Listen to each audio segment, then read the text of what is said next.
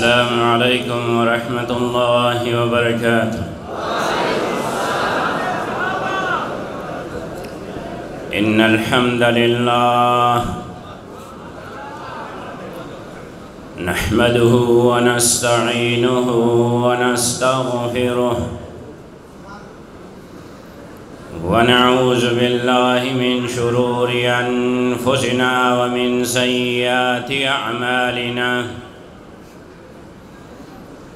من يهده الله فلا مضل له ومن يضلله فلا هادي له وأشهد أن لا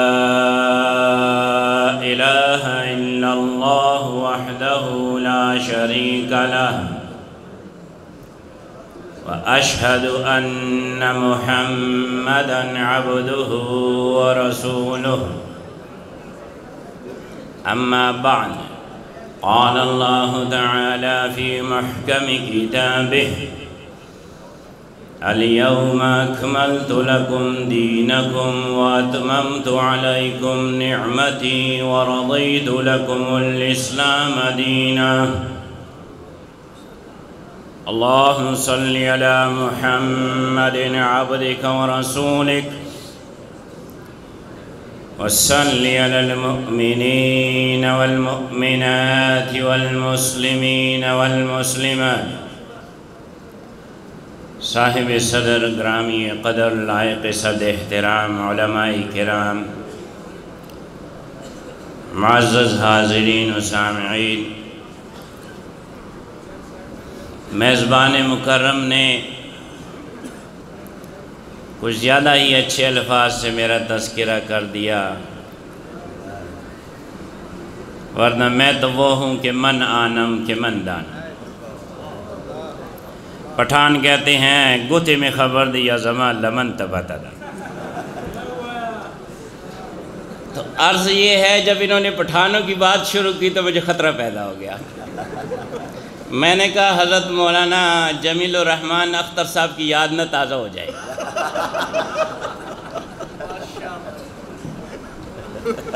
کوئی لطیفہ نہ چل جائے، لیکن اللہ نے خیر کر دی۔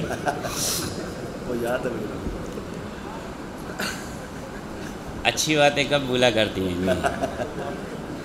اور محبتیں تو بھلانے کی چیزیں نہیں ہوتی۔ آپ کے سامنے میں نے قرآن مجید کی ایک آیت کریمہ پڑھی۔ رب کریم ارشاد فرماتے ہیں الیوم اکملت لکم دینکم واتممت علیکم نعمتی ورضیت لکم الاسلام دینا، کہ آج کے دن میں نے تمہارے لیے تمہارے دین کو مکمل فرما دیا، اور آج کے دن میں نے تم پہ اپنی نعمت نبوت کو تمام فرما دیا، اور آج کے دن میں اللہ نے تمہارے لیے دین اسلام کو پسند فرما لیا۔ میں اس ہستی کی مسجد میں بیٹھا ہوں جنہیں دنیا امام الاولیاء اور امام التفسیر کے نام سے جانتی ہے۔ عجب اسلوب ہے قرآن مجید کا، ذرا رب کی محبت کی چاشنی دیکھیں۔ فرماتے ہیں الیوم اکملت لکم دینکم، آج کے دن میں نے تمہارے لیے تمہارے دین کو مکمل کر دیا۔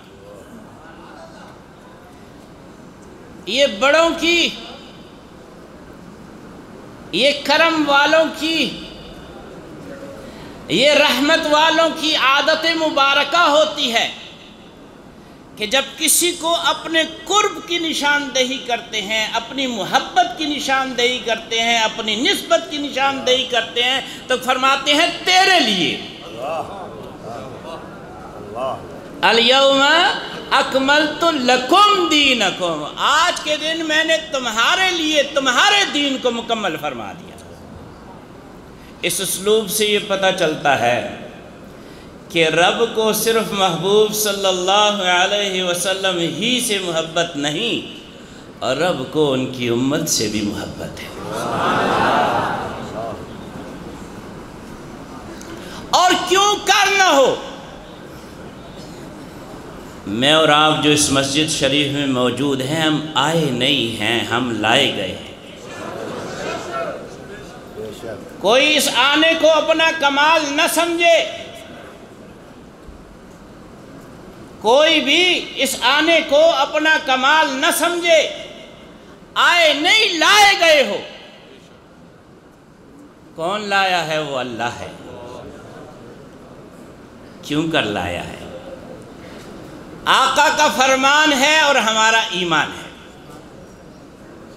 ارشاد فرماتے ہیں کہ ساری امتوں میں سے تم میرے حصے میں آئے۔ کس کے حصے میں آئے؟ محبوب صلی اللہ علیہ وسلم کے حصے میں آئے۔ تو ذرا بتا دو نا، اپنی کوشش سے آئے ہو، اپنی جد و جہد سے آئے ہو، اپنی مرضی سے آئے ہو؟ نہیں بھائی، لائے گئے ہو۔ اس مجلس میں کوئی شخص ایسا نہ ہوگا کہ جو پہلے مسلمان نہیں تھا، بعد میں آقا صلی اللہ علیہ وسلم کا کلمہ اسے نصیب ہوا ہو۔ سب الحمدللہ وہ لوگ بیٹھے ہیں، جہاں جہاں تک آواز پہنچ رہی ہے اور تصویر پہنچ رہی ہے، وہ ان لوگوں کے گھروں میں پیدا ہوئے جن کی زبانیں پہلے تر ہیں اس کلمے سے، اور جن کے دلوں پہ نقش ہے پہلے سے یہ کلمہ کہ لا الہ الا اللہ محمد الرسول اللہ۔ کون لایا؟ یہ تو رب کی کرم نوازی ہے، یہ اس کی عطا ہے، یہ اس کا فضل ہے۔ ان گھروں میں پیدا کیا کہ جو پہلے سے نبی صلی اللہ علیہ وسلم کے غلام تھے۔ دائیں کان میں اذان کہی، دائیں کان میں اذان کہی، بائیں کان میں اقامت و تکبیر کہی۔ سن لے، تو نے تکبیر رب کا کام کرنا ہے۔ سن لے، تم نے محبوب صلی اللہ علیہ وسلم کے نام اور کام کو بلند کرنا ہے۔ تو محمدی ہے۔ تو آپ آئے نہیں، ہم آئے نہیں، لائے گئے ہیں، اس لیے کہ ہم آقا صلی اللہ علیہ وسلم کے حصے میں ہیں۔ اور جس کا حصہ ہوتا ہے وہی مالک و آقا ہوتا ہے، وہی مالک و آقا ہوتا ہے، وہی تصرف کا حق رکھتا ہے۔ اسی لیے فرماتے ہیں یہ کرو اور یہ نہ کرو۔ حکم یہی ہے کہ جو رسول دیں صلی اللہ علیہ وسلم وہ لے لو، اور جس سے روک دے رک جاؤ۔ جن کی رضا میں اللہ کی رضا ہے، جن کی اتباع میں اللہ کی اتباع ہے۔ وَمَن يُطِعِ الرَّسُولَ فَقَدْ أَطَاعَ اللَّهَ، جس نے رسول کی اطاعت کی صلی اللہ علیہ وسلم، پس یقیناً اس نے رب کی اطاعت کی، اتباع کی۔ اس سے اگلا جملہ ارشاد فرماتے ہیں، فرماتے ہیں سارے انبیاء اور رسول میں تمہارے حصے میں آیا، میں تمہارے حصے میں آیا۔ اپنا حق کوئی چھوڑتا ہے؟ اپنا حصہ کوئی چھوڑتا ہے؟ ذرا رب کی محبت دیکھ۔ میں نے عنوان یہ رکھا تھا کہ صرف حضور صلی اللہ علیہ وسلم سے رب کریم کو محبت نہیں ہے، آپ کی امت سے بھی محبت ہے۔ کوئی اپنا محبوب کسی کو دیتا ہے؟ اور بولو بھائی، کوئی اپنا محبوب کسی کو دیتا ہے؟ نہیں دیتا۔ آپ صلی اللہ علیہ وسلم ارشاد فرماتے ہیں کیا؟ سارے انبیاء اور رسول میں سے میں تمہارے حصے میں آیا۔ محبوب دے دیا کہ نہیں دیا؟ سب کو سبحان اللہ۔ تو وہ محبوب صلی اللہ علیہ وسلم جن کے ذکر و شان کے حوالے سے ہم یہاں بیٹھے ہوئے ہیں، اللہ کریم نے ان پہ آیت نازل فرمائی، الیوم اکملت لکم دینکم۔ آپ صلی اللہ علیہ وسلم کے معجزات میں سے ایک معجزہ ہے تاریخی اعتباریت کا۔ کائنات میں کوئی ایسا شخص نہیں گزرا، نہ نبی گزرا، نہ ولی گزرا، نہ بادشاہ گزرا، اور نہ مصلح گزرا کہ اس کی زندگی کی ہر ادا محفوظ ہو، اس کا ہر گفت محفوظ ہو، اس کا ہر اشارہ محفوظ ہو، اس کے چہرے کی ہر تاثر جو ہے وہ محفوظ ہو۔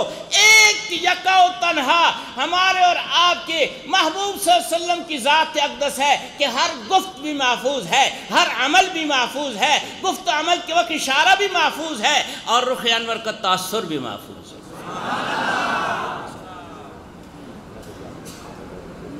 آدم علیہ السلام بھی اللہ کے جلیل القدر پیغمبر ہیں، نوح علیہ السلام بھی اللہ کے جلیل القدر پیغمبر ہیں، ابراہیم علیہ السلام بھی اللہ کے جلیل القدر پیغمبر ہیں، موسیٰ علیہ السلام اور عیسیٰ علیہ السلام بھی اللہ کے جلیل القدر انبیاء اور رسول ہیں۔ اس امت کا یہ اعزاز ہے کہ سارے انبیاء اور رسول پہ اس امت کا ایمان ہے، کہیں نا الحمدللہ۔ لیکن کسی نبی برحق اور کسی رسول برحق کا ہر گفت محفوظ نہیں، ہر عمل محفوظ نہیں، گفت عمل کو اشارہ محفوظ نہیں، رخ انور کا تاثر محفوظ نہیں۔ یہ صرف اس کا محفوظ ہے جس کو رب نے تخت ختم نبوت پہ جلوہ افروز فرمایا اور تاج ختم نبوت ان کے سر مقدس پہ دھر دیا اور فرما دیا ما کان محمد ابا احد من رجالکم ولکن رسول اللہ وخاتم النبیین۔ یہ چار دانگ عالم میں آپ کو جہاں دین کی بہار نظر آ رہی ہے، مساجد آباد ہیں الحمدللہ، مدارس آباد ہیں الحمدللہ، دعوت و تبلیغ کے دینی مراکز آباد ہیں الحمدللہ، وہ خانقاہیں جہاں اتباع سنت کی دعوت دی جاتی ہے، جہاں خالق کا تعلق اللہ خالق کا تعلق جو ہے وہ مخلوق سے جوڑا جاتا ہے اور مخلوق کا تعلق خالق سے جوڑا جاتا ہے، خالق کا تعلق مخلوق سے نہیں جوڑا جاتا، وہاں جو اللہ کی ضربیں لگ رہی ہیں یہ سب ختم نبوت کا فیضان ہے۔ سب کے زمانے مختصر، سب کے زمانے مختصر، کسی کو ایک دور کے لیے بھیجا، کسی کو ایک قوم کے لیے بھیجا، کسی کو ایک خطے کے لیے بھیجا، پھر ان کو بھیجا جن کو سب کے لیے بھیجا۔ علامہ مناظر احسن گیلانی رحمہ اللہ ارشاد فرماتے ہیں پہلے وہ تشریف لائے جو جانے کے لیے آئے، سب سے آخر میں وہ تشریف لائے جو نہ جانے کے لیے آئے۔ تو یہ دور محبوب صلی اللہ علیہ وسلم کا دور ہے، بلکہ میں تو یہ کہوں کہ ہر دور محبوب صلی اللہ علیہ وسلم کا دور ہے۔ وہ شاعر نے کیا خوب کہا، نبوت ہے ازل سے تا ابد میرے پیمبر کی، کوئی بھی دور ہو ہر دور ان کا دور ہوتا ہے۔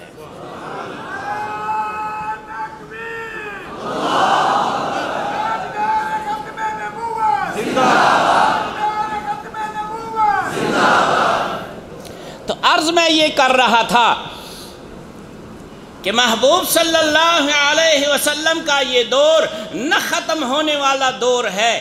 آپ کی ختم نبوت کے منصب کے فیضان سے چار دانگ عالم میں دین کی بہار آئی ہوئی ہے اور محبوب صلی اللہ علیہ وسلم کا ہر گفت رب نے محفوظ رکھا، ہر عمل رب نے محفوظ رکھا، ہر اشارہ رب نے محفوظ رکھا اور گفت و عمل و اشارے کے وقت رخ انور کا تاثر بھی محفوظ رکھا۔ کیوں؟ قرآن مجید تو دیا کہ یہ نظریہ حیات ہے، قرآن مجید تو دیا کہ یہ نظریہ حیات ہے۔ اب چونکہ امت محبوب بھی رب کی محبوب ہے تو سہولت پیدا فرما دی، قرآن مجید کا نمونہ بھی دے دیا۔ لَقَدْ كَانَ لَكُمْ فِي رَسُولِ اللَّهِ أُسْوَةٌ حَسَنَةٌ، خامخواہ تحقیق تمہارے لیے رسول اللہ صلی اللہ علیہ وسلم کی حیات مقدسہ میں بہترین نمونہ ہے۔ قرآن کے احکامات لو، قرآن کے احکامات لو اور اس طرح عمل کرو جس طرح محبوب صلی اللہ علیہ وسلم نے عمل کیا۔ تو آپ صلی اللہ علیہ وسلم کے گفت، عمل اور اشارے اور رخ انور کے تاثر کو محفوظ اس لیے کیا کہ قیامت تک یہ دار الامتحان جو ہے، دار العمل جو ہے، اس میں یہ جو امتحان ہے اسی چیز کا ہے کہ نجات صرف رسول اللہ صلی اللہ علیہ وسلم کے قدموں میں رکھی گئی ہے، اس لیے آپ صلی اللہ علیہ وسلم کے نمونے کو محفوظ فرما دیا گیا۔ اب کوئی اگر یہ پوچھے کہ مولوی صاحب آپ نے تو یہ دعویٰ کر دیا کہ ہر گفت محفوظ، ہر عمل محفوظ، ہر اشارہ محفوظ، رخ انور کا تاثر محفوظ، دلیل تو دو۔ الیوم اکملت لکم دینکم، اس میں الیوم آج کا دن، یہ کون سا دن ہے؟ ہفتے میں تو 7 دن ہوتے ہیں، یہ جمعہ ہے، ہفتہ ہے، اتوار ہے، پیر ہے، منگل ہے، بدھ ہے، جمعرات ہے، کون سا دن ہے؟ کتنا عرصہ گزر گیا، محبوب صلی اللہ علیہ وسلم دنیا سے تشریف لے جا چکے ہیں، 1432 سال ہو چکے ہیں۔ 1432 سال بعد آج امت کو یہ معلوم ہے کہ الیوم اکملت لکم دینکم میں یہ الیوم کون سا دن ہے؟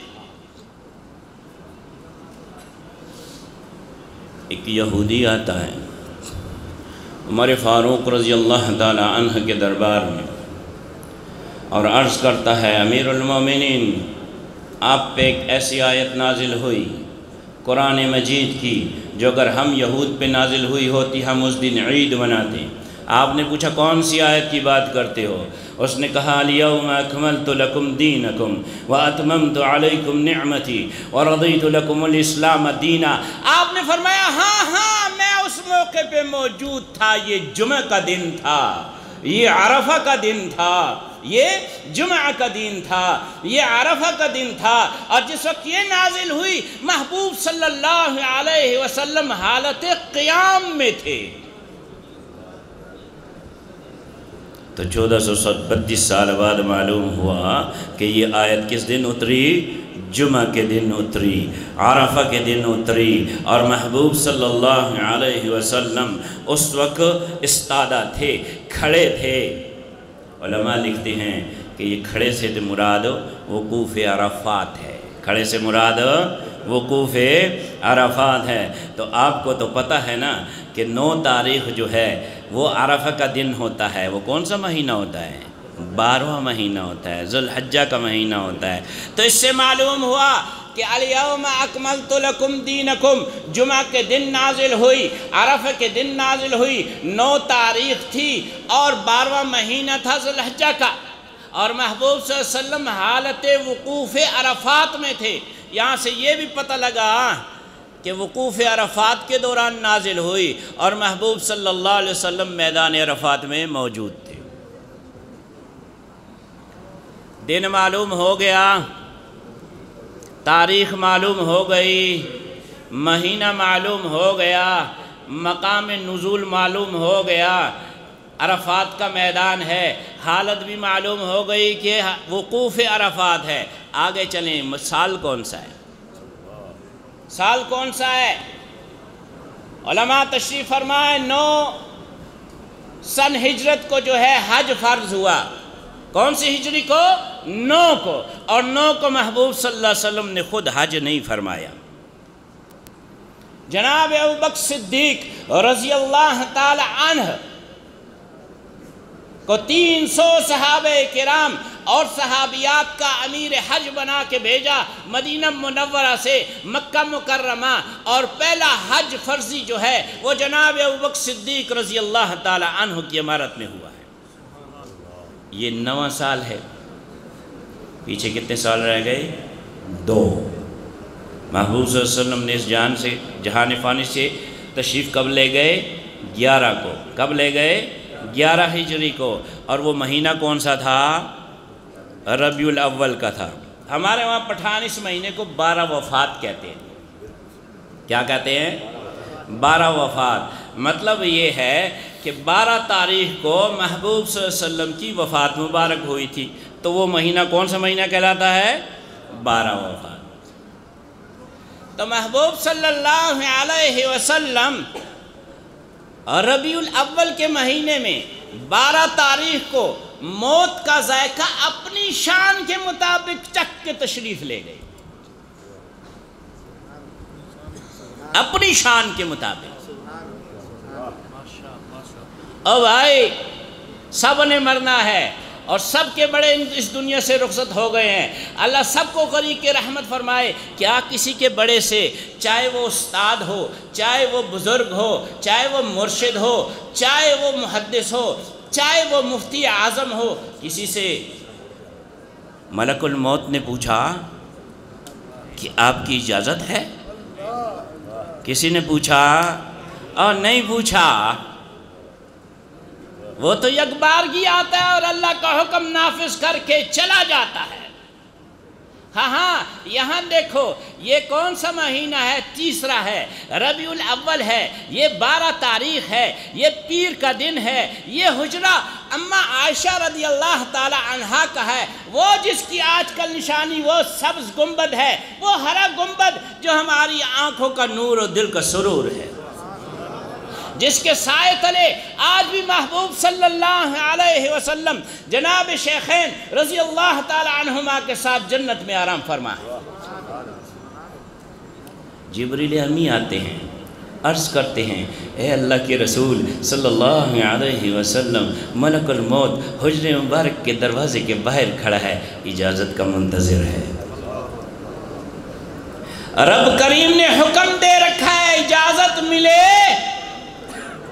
تو اندر جانا، اجازت نہ ملے تو یہیں سے واپس آ جانا۔ اپنی شان کے مطابق چکھا، اپنی شان کے مطابق چکھا۔ محبوب صلی اللہ علیہ وسلم نے اجازت دی، وہ اندر آتے ہیں، اندر آ کے سلام فرش کرتے ہیں، پھر سوال کرتے ہیں کہ رب کریم نے ارشاد فرمایا ہے، وہ پوچھتے ہیں کہ محبوب صلی اللہ علیہ وسلم سے پوچھو آپ اور رہنا پسند کریں گے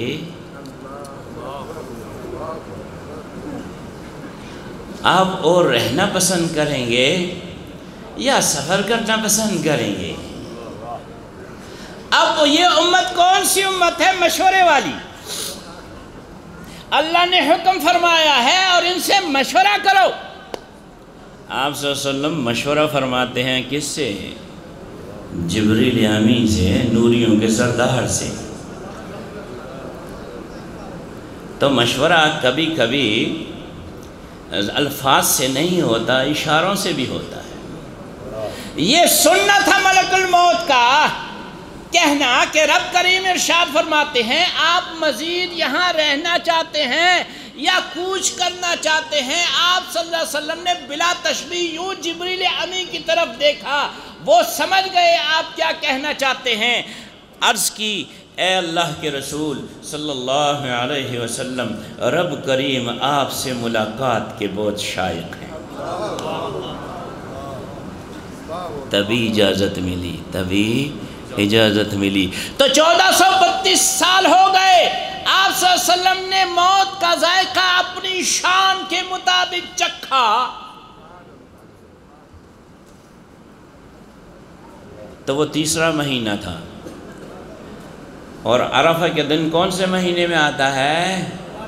12ویں مہینے میں۔ تو 11ویں سال کو بیچ میں سے نکال دو، پیچھے ایک ہی سال بچتا ہے، وہ 10واں ہجری کا سال ہے۔ کون سا سال ہے؟ 10واں سال ہے۔ جب اشہر حج داخل ہوئے، یعنی شوال المکرم کا مہینہ داخل ہوا، آپ صلی اللہ علیہ وسلم نے ارشاد فرمایا سارے جزیرہ نما عرب میں یہ اعلان کر دیا جائے کہ جس جس نے میرے سنگ حج کرنا ہے مدینہ طیبہ تشریف لے آئے۔ کس کے سنگ؟ آقا صلی اللہ علیہ وسلم کے سنگ۔ کس کے سنگ؟ محبوب صلی اللہ علیہ وسلم کے سنگ۔ جس نے حج کرنا ہے تشریف لے آئے۔ آپ کو پتہ ہے جب محبوب صلی اللہ علیہ وسلم اس جہان فانی سے تشریف لے گئے، 10 لاکھ مربع میل زمین جو ہے آپ صلی اللہ علیہ وسلم کے نبوت والے قدموں کے نیچے تھی۔ تو پھر چشم فلک نے نظارہ دیکھا، مدینہ طیبہ میں بھی صحابہ کرام اور صحابیات عمر آئیں، اور شار ہجرت جو ہے وہ مکہ مکرمہ کے میقات تک جو ہے وہ بھرا گیا، قافلے آتے گئے، رکتے گئے، محبوب صلی اللہ علیہ وسلم سے ملتے چلے گئے۔ ایک بات کر کے آگے چلتا ہوں۔ آپ صلی اللہ علیہ وسلم نے ذوالحلیفہ سے حج کا احرام باندھا، آج بھی امت مدینہ طیبہ سے جب آتی ہے وہیں سے احرام باندھتی ہے۔ آپ صلی اللہ علیہ وسلم نے سواری کے اوپر جب اپنا قدم مبارک رکھا تو آپ نے فرمایا لبیک اللہم لبیک لبیک لا شریک لک لبیک ان الحمد والنعمت لک والملک لا شریک لک۔ حمد کا یہ ترانہ آپ نے کہا، امت آج بھی یہی کہتی ہے۔ پھر آپ نے ایک اور اعلان فرمایا خذوا عنی مناسککم، مجھ سے مناسک عبادت لے لو، اس لیے کہ وہ دینے کے لیے ہی آئے تھے، وہ دینے ہی کے لیے آئے تھے۔ جس نے لے لیا وہ تر گیا، جس نے نہ لیا وہ ڈوب گیا۔ اور ہم اس پرفتن دور میں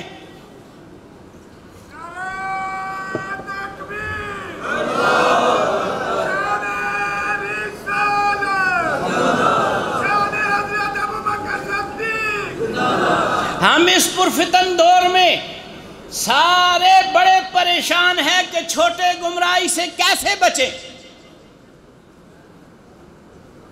چھوٹے گمراہی سے کیسے بچیں۔ تو محبوب صلی اللہ علیہ وسلم نے گمراہی سے بچنے کا کلیہ بتا رکھا ہے، فارمولہ بتا رکھا ہے۔ اور کس نے بتایا؟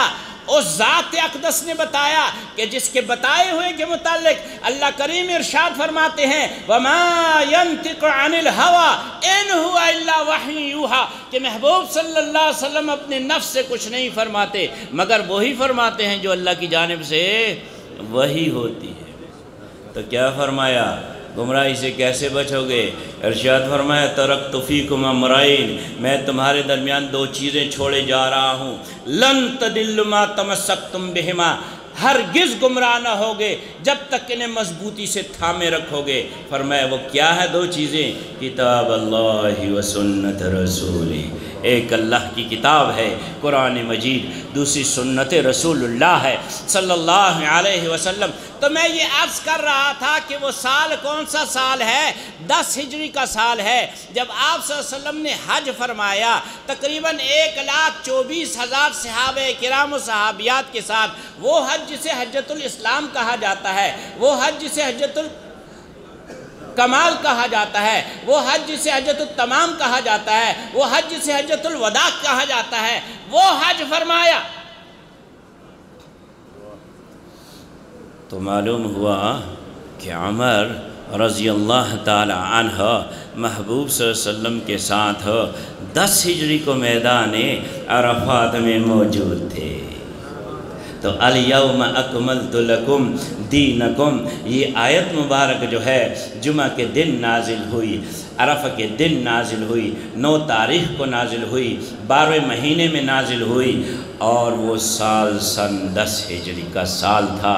عرفات کے میدان میں نازل ہوئی اور وقوف عرفات میں داخل، وقوف عرفات میں نازل ہوئی۔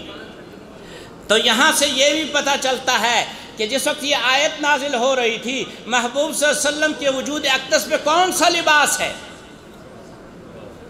آپ کا محبوب لباس جو ہے وہ لنگی اور قمیص تھی۔ اس دن کون سا لباس تھا؟ اس دن لباس احرام کی 2 چادریں تھی۔ آپ اپنے سر مبارک پہ جو ہے امامہ باندھا کرتے تھے یا ٹوپی پہنا کرتے تھے، اس دن سر مبارک پہ کیا تھا؟ اس دن سر مبارک پہ کچھ نہیں تھا۔ اس لیے مناسک حج میں یہ تعلیم دی گئی ہے کہ سلا و لباس نہیں پہننا اور سر پہ ٹوپی اور امامہ نہیں رکھنا، سر ننگا ہوگا، وجود پہ 2 چادریں احرام کی ہوں گی۔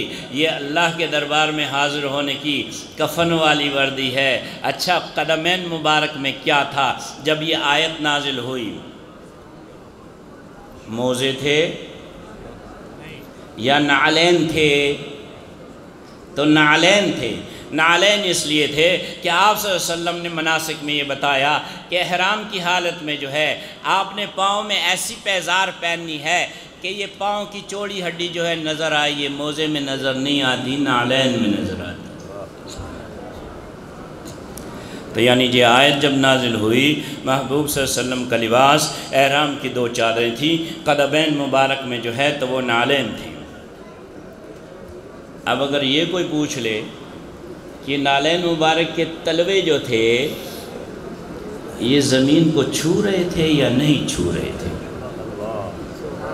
یہ زمین کو چھو رہے تھے یا نہیں چھو رہے تھے؟ عام تاثر یہ ہے کہ اگر قدمین مبارک میں نالین تھے تو زمین کو چھو رہے تھے۔ حقیقت ایسی نہیں ہے، قدمین مبارک میں نالین شریف تھے اور زمین کو اس لیے نہیں چھو رہے تھے کہ آپ صلی اللہ علیہ وسلم نے اپنا یہ وقوف جو ہے وہ اونٹنی پہ کیا ہے،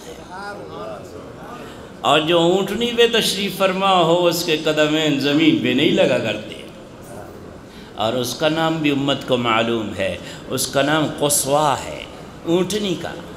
تو آپ کی ہر گفت محفوظ، آپ کا ہر عمل محفوظ، آپ کا ہر اشارہ محفوظ، آپ کے رخ انور کا تاثر محفوظ۔ آگے چلو، کون سا وقت تھا جب یہ آیت نازل ہوئی؟ یہ ظہر ہے، عصر ہے، مغرب ہے، عشاء ہے، فجر ہے۔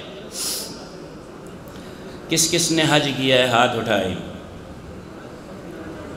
ماشاءاللہ، اللہ کریم سب کو بار بار مقبول زیارت نصیب فرمائے۔ اب اللہ کا کرم ہے کہ حرمین شریفین کی رونقیں پھر سے بحال ہو رہی ہیں، الحمدللہ۔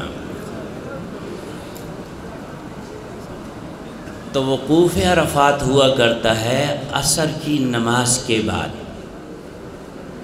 عصر کی نماز کے بعد، یعنی جب یہ آیت نازل ہوئی، یہ جمعہ کا دن تھا، 9 تاریخ تھی، 12واں مہینہ تھا، 10واں سال تھا، عرفات کا میدان تھا، وقوف عرفات کی حالت تھی، محبوب صلی اللہ علیہ وسلم کے وجود اقدس پہ احرام کا لباس تھا، قدمین مبارک میں نالین تھے، اور آپ صلی اللہ علیہ وسلم اپنی اونٹنی کو سوار سوار تھے، اور یہ عصر کے بعد کا وقت ہے، یہ عصر کے بعد کا وقت ہے۔ علماء تشریف فرما ہے جو حاجی وقوف عرفات کے ایام میں مسافر ہو تو وہ جمع تقدیم کرتے ہیں، وہ عصر بھی ظہر کے بعد ظہر کے وقت میں پڑھی جاتی ہے، اور جو مقیم ہوتے ہیں حاجی حضرات وہ کیا کرتے ہیں؟ عصر اپنے وقت میں پڑھ کے پھر وقوف کرتے ہیں۔ تو کون سا وقت تھا؟ عصر کی نماز کے بعد کا وقت تھا۔ اچھا آگے چلو، اور اس دعوے کی دلیلیں ہیں سب کے محبوب صلی اللہ علیہ وسلم کا گفت، عمل، اشارہ اور رخ انور سب محفوظ ہیں۔ وقوف عرفات میں جب یہ آیت مبارک نازل ہوئی تو آپ صلی اللہ علیہ وسلم کہاں پہ تھے؟ عرفات تو بڑا میدان ہے۔ حدیث مبارک میں آتا ہے کہ آپ صلی اللہ علیہ وسلم نے اپنا آخری خطبہ حج جو ہے وہ جبل رحمت کے دامن میں ادا کیا۔ تو یہ مقام جبل رحمت کا دامن ہے، دا پختانہ چے وطا سوائی دا عرفات گھنڈے، جبل رحمت میں تھا۔ اب اگر آپ یہ پوچھنا چاہیں کہ جس وقت یہ آیت نازل ہو رہی تھی محبوب صلی اللہ علیہ وسلم کا رخ انور کس طرف تھا؟ آیت نازل ہو رہی ہے، الیوم اکملت لکم دینکم واتممت علیکم نعمتی ورضیت لکم الاسلام دینا، تو آپ کا رخ انور کس طرف تھا؟ قبلے کی طرف تھا، اس لیے کہ مناسک میں یہ بات ہے کہ حاجی وقوف عرفات کی وقت اپنا چہرہ، اپنا رخ جو ہے وہ قبلے کی طرف رکھے گا، کعبہ شریف کی طرف۔ وقوف عرفات میں کیا ہوتا ہے؟ دعا مانگتے ہیں۔ کیا مانگتے ہیں؟ دعا مانگتے ہیں۔ تو محبوب صلی اللہ علیہ وسلم نے بھی دعا مانگی، کس سے مانگی؟ یہی ان کی تعلیم ہے، دعا کس سے مانگو؟ اللہ ہی سے مانگو۔ کس سے مانگو؟ اللہ ہی سے مانگو۔ اب جب دعا مانگی جاتی ہے تو 2 طریقوں سے مانگی جاتی ہے، یا ہاتھ اٹھائے جاتے ہیں یا نہیں اٹھائے جاتے۔ بولو محبوب صلی اللہ علیہ وسلم نے وقوف عرفات میں ہاتھ مبارک دست نبوت اٹھائے یا نہ اٹھائے؟ اٹھائے۔ اب جب اٹھائے تو پھر 3 طرح سے اٹھائے جاتے ہیں دعا کے لیے ہاتھ، یا سینے کے برابر میں، یا چہرے کے سامنے، یا سر سے اوپر۔ محبوب صلی اللہ علیہ وسلم نے اپنے سینے اقدس سے ہاتھ جوڑ کے دعا مانگی، یا رخ انور کے آگے ہاتھ پھیلا کے دعا مانگی، یا اپنے سر مقدس سے اوپر ہاتھ اٹھا کے دعا مانگی؟ بتاؤ نا کیسے معلوم ہوگا؟ ہم پشتوں میں کہا کرتے ہیں دادا عشق مزل دے، یہ عشق کا رستہ ہے، یہ کسی ایک کتاب میں لکھا ہوا نہیں ملتا، لیکن یہ بھی موجود ہے۔ کیسے موجود ہے؟ ایک صحابی ہیں رضی اللہ تعالی عنہ، ان کا اثر ہے، وہ ارشاد فرماتے ہیں کہ ہم نے محبوب صلی اللہ علیہ وسلم کے وجود اقدس کا وہ اندام جو ہے وہ میدان عرفات میں وقوف عرفات کی حالت میں دیکھا، جو اس سے پہلے ہم نے کبھی نہیں دیکھا تھا۔ جسم مبارک کا وہ حصہ جو اس سے پہلے کبھی نہیں دیکھا تھا، وہ ہم نے وقوف عرفات میں دیکھنے کی سعادت حاصل کی۔ وہ کیا تھا؟ صحابی فرماتے ہیں ہم نے پہلی مرتبہ بلا تشبیہ آپ کی بغل مبارک کی سفیدی دیکھی، آپ کی بغل مبارک کی سفیدی دیکھی۔ اس کا مطلب یہ ہے کہ ہاتھ کہاں تک اٹھے ہوئے تھے؟ اگر ہاتھ سینے مبارک سے جڑے ہوئے تھے بلا تشبیہ تو بغل کی سفیدی نظر نہیں آتی، اگر رخ انور کے سامنے تھے بغل کی سفیدی نظر نہیں آتی۔ لا محالہ آپ کے دستہائے نبوت آپ کے سر مقدس سے اونچے اٹھے ہوئے تھے، تبھی صحابہ کرام نے بلا تشبیہ آپ کی بغل مبارک کی سفیدی دیکھی۔ آگے بڑھو، یہ موسم گرمی کا تھا یا سردی کا تھا؟ تو گرمی کا تھا۔ یہ آیت لیلی ہے کہ نہاری ہے؟ تو یہ آیت نہاری ہے۔ کیا کیا بتاؤں؟ کوئی ایسی چیز نہیں ہے جو چھپی ہوئی ہو۔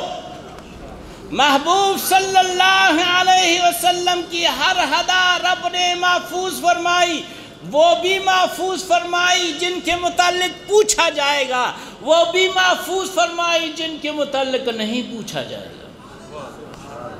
ہاں ہم میں سے کئی کے والدین جو ہیں وہ رخصت ہو چکے ہیں، کئی کو اللہ نے یہ توفیق دی ہوگی، انہوں نے اپنے چہروں کو سنت داڑھی سے سجایا ہوگا، کئی کی داڑھیاں سفید بھی ہوئی ہوں گی۔ کسی بچے سے پوچھو، کسی فرما بردار اور خدمت گزار بچے سے پوچھو، تمہیں یاد ہے تمہارے والد کی داڑھی میں کتنے بال سفید تھے؟ کسی کو نہیں یاد، لیکن 1432 سال بعد امت کو یہ یاد ہے کہ محبوب صلی اللہ علیہ وسلم اس دنیا سے جب تشریف لے گئے، آپ کی داڑھی مبارک میں ریش انور میں 15 یا 17 بال جو ہیں تو وہ سفید تھے۔ 2 روایتیں ہیں، ایک 15 کی ایک 17 کی۔ حضرات محدثین فرماتے ہیں اس میں کوئی تناقض نہیں ہے، کوئی ٹکراؤ نہیں ہے۔ جس نے پہلے دیکھا اس نے 15 گنے، جس نے بعد میں دیکھا اس نے 17 گنے۔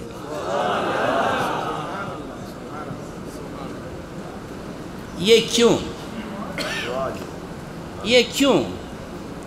کیوں محفوظ رکھا گیا؟ اس لیے کہ آپ کے بعد قیامت کی صبح تک کسی نئے نبی اور رسول نے نہیں آنا۔ آ کے اس نے کیا کرنا ہے بھائی؟ فرما رہے الیوم اکملت لکم دینکم، آج کے دن میں نے تمہارے لیے تمہارے دین کو مکمل فرما دیا۔ جب دین مکمل ہو گیا تو پھر کسی نبی اور رسول کے آنے کی ضرورت نہیں بچی۔ فرمایا وَأَتْمَمْتُ عَلَيْكُمْ نِعْمَتِي، واہ کیا احسان رب جتلا رہے ہیں، اپنی نعمت کا احساس دلا رہے ہیں، تمہارے جذبہ شکر کو بیدار کر رہے ہیں کہ میں نے تم پہ اپنی نعمت نبوت تمام کی، اپنا محبوب دے دیا۔ قدر کرو قدر،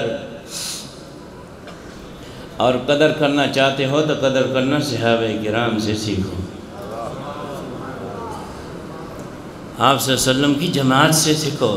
قرآن سیکھا امت نے ان کے واسطے سے، نبی کا فرمان سیکھا ان کے واسطے سے، نبی کی سنت سیکھی ان کے واسطے سے، سارا دین سیکھا ان کے واسطے سے، محبت بھی ان سے سیکھو۔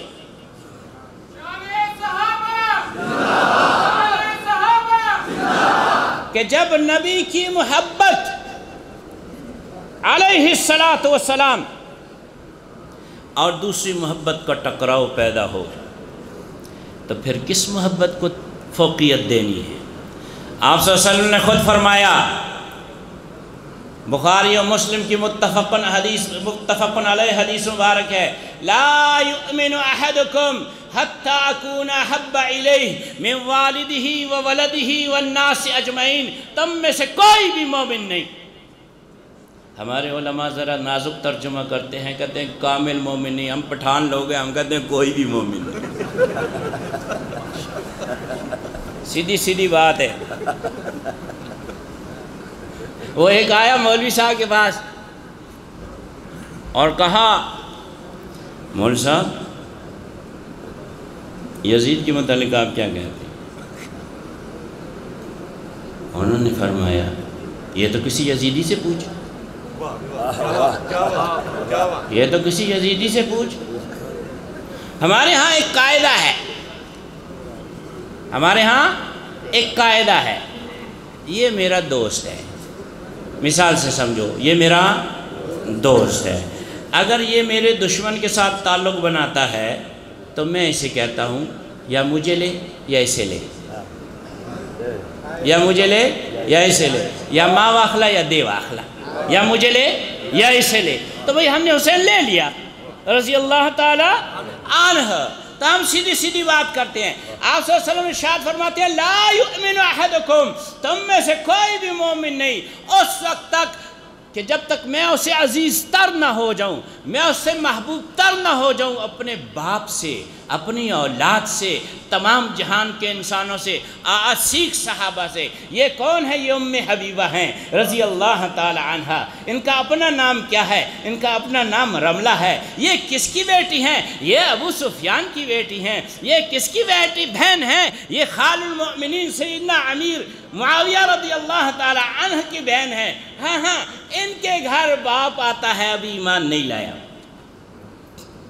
کس وقت کا واقعہ ہے؟ صلح حدیبیہ ہو چکی تھی، اس کے بعد قریش نے اس معاہدے کو توڑا، خلاف ورزی کی، اس معاہدے کی تجدید کرنے کے لیے ابو سفیان جو ہے وہ آتا ہے مدینہ طیبہ، چھپتے چھپاتے اس کو اگر کوئی پناہ والی جگہ ملتی ہے تو وہ محبوب صلی اللہ علیہ وسلم کا گھر ملتا ہے۔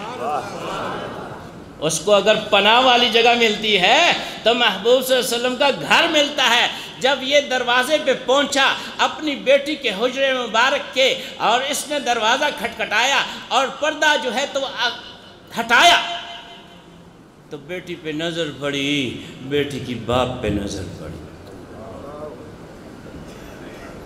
اس حجرے مبارک میں ایک ہی بستر تھا، فوراً انہوں نے لپیٹ دیا۔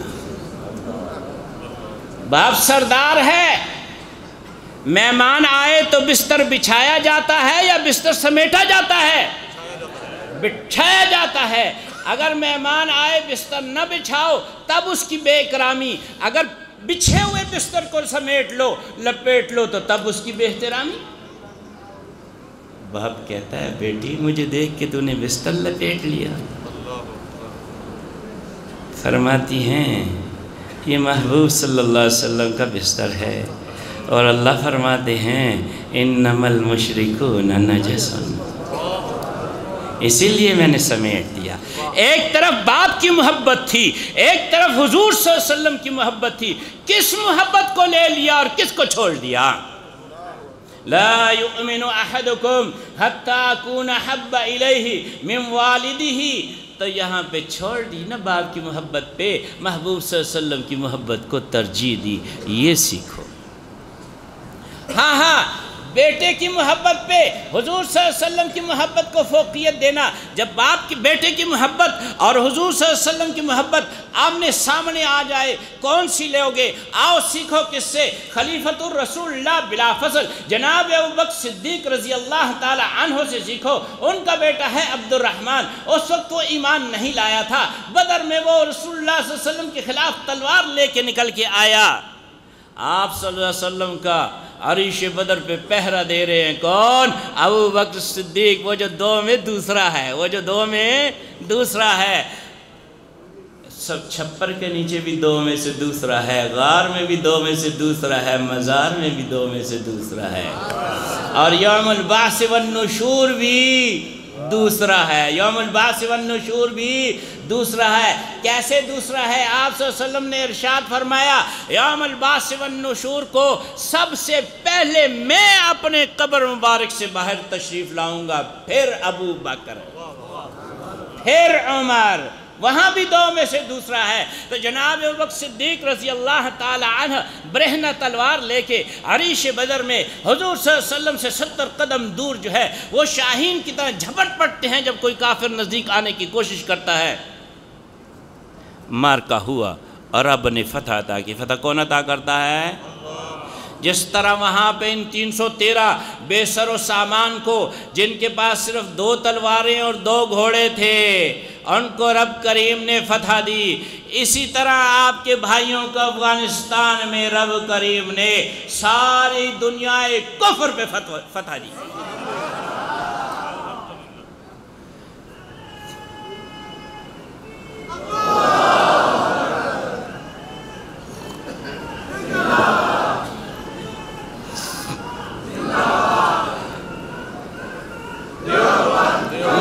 گزر گیا، فتح ہو گئی، بعد میں عبد الرحمن ایمان لے آئے۔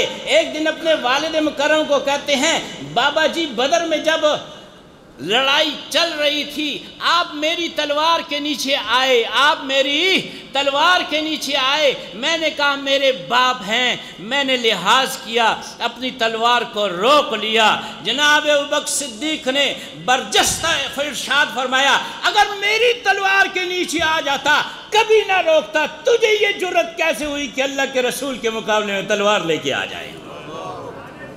لا يؤمن احدكم حتى اكون احب اليه من والده وولده، یہاں ولدہ کا جو ہے تو محبت کرنے کا طریقہ اور سلیقہ سکھایا گیا۔ ہاں آج کل لوگوں کو اپنی اہلیہ سے بڑی محبت ہوتی ہے، والدین بھی شاکی ہوتے ہیں، ناراض تو نہیں ہوں گے؟ اس کے دل پہ لگی ہے۔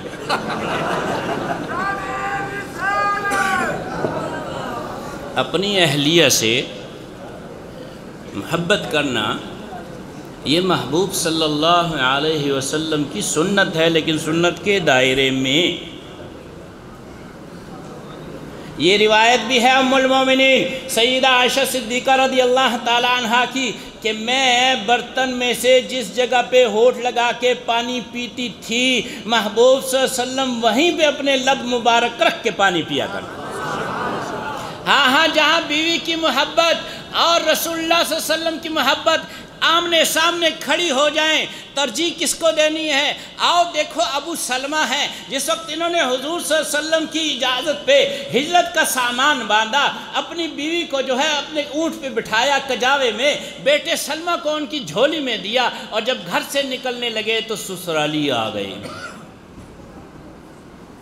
سسرائیل سے تو سب ڈرتے ہیں نا،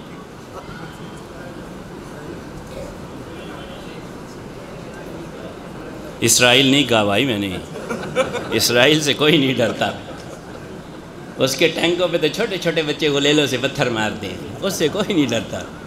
یہ جو عزت والا رشتہ ہے نا اس سے سب ڈرتے ہیں۔ آ گئے بھائی کہاں جا رہے ہو؟ کہا مکہ چھوڑ رہا ہوں، مدینے جا رہا ہوں۔ کہا کیوں جا رہے ہو؟ کہا محبوب صلی اللہ علیہ وسلم نے حکم فرمایا جا رہا ہوں۔ کہا اچھا بات ایسی ہے کہ اگر مکہ چھوڑ رہے ہو اور مدینے جا رہے ہو تو ہماری بیٹی کو ساتھ نہیں لے جا سکتے، یہ ہمارے ساتھ رہے گی۔ بولو لے جانا ہے کہ چھوڑ کے جانا ہے؟ انہوں نے کہا میں نے تو جانا ہے، میں نے تو جانا ہے، حضور کا حکم ہے۔ وہ اپنی بیٹی کو ساتھ لے گئے۔ بیوی کی محبت پہ محبوب صلی اللہ علیہ وسلم کی محبت کو ترجیح دی۔ ہاں یہ ابھی قصہ ختم نہیں ہوا، ان کے اپنے خاندان والے آ گئے۔ ہاں بھائی کہاں جا رہے ہو؟ کہا مدینے جا رہا ہوں۔ کہا یہ سلمہ ہمیں دے جاؤ، سلمہ ہمیں دے جاؤ، یہ ہماری نسل ہے، یہ ہماری قبیلے کی نشانی ہے، اسے تم ساتھ نہیں لے جا سکتے ہو۔ بیٹا وہ لے گئے، بیوی سسرال والے لے گئے، بیٹا خاندان والے لے گئے، اکیلے وہاں سے چل پڑے۔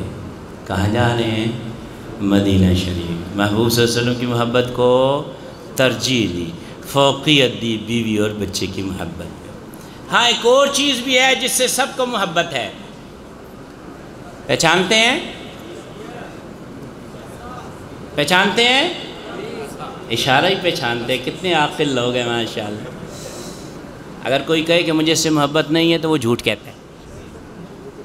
آپ صلی اللہ علیہ وسلم پہ رب کریم نے جو قرآن نازل فرمایا اس میں رب فرماتے ہیں لن تنالوا البر حتى تنفقوا مما تحبون۔ جب رب کہتا ہے تم محبت کرتے ہو، تم کیسے کہتے ہو مجھے محبت نہیں ہے؟ ٹھیک ہے، اس کی بات آئی۔ یہ کون ہے؟ یہ صہیب رومی ہے۔ یہ لوہارا کام کرتے تھے،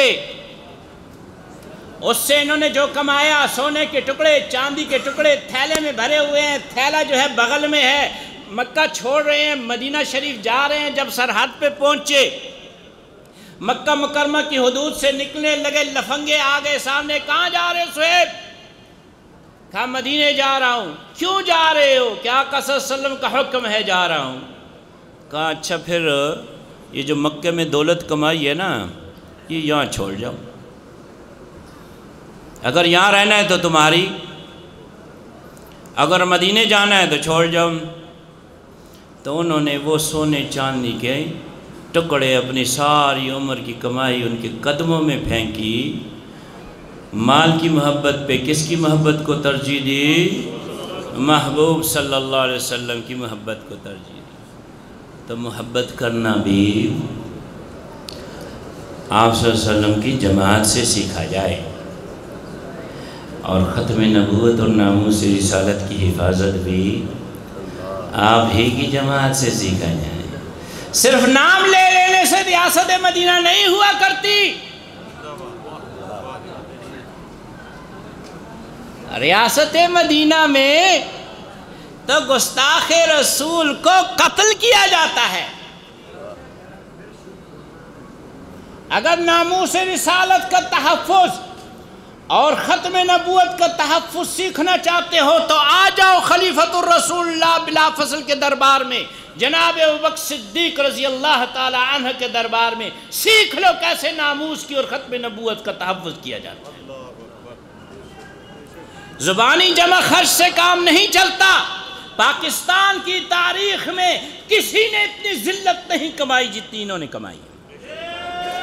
کسی ایک نے بھی، کسی ایک سربراہ مملکت نے بھی وہ گستاخ رسول کہ جس نے گستاخی کی ہو، اس پہ مقدمہ چلا ہو اور اس کو اس مقدمے کے دوران اپنی صفائی کا پورا موقع ملا ہو، پھر اس کا جرم ثابت ہوا ہو، پھر عدالت نے اسے سزائے موت سنائی ہو، کسی نے بھی اس کو نہیں چھوڑا۔ انہوں نے 5 چھوڑے۔ آسیہ ملعونہ کو چھوڑا۔ او بھائی تم کہو یا نہ کہو برس رہی ہے ان پہ، اور تم کہو یا نہ کہو برس رہی ہے ان پہ۔ آسیہ ملعونہ کو چھوڑا، عبدالشکور شکورہ کو چھوڑا، وجیہ الحسن کو چھوڑا، اور شگفتہ اور اس کے خاون شفقت کو چھوڑا۔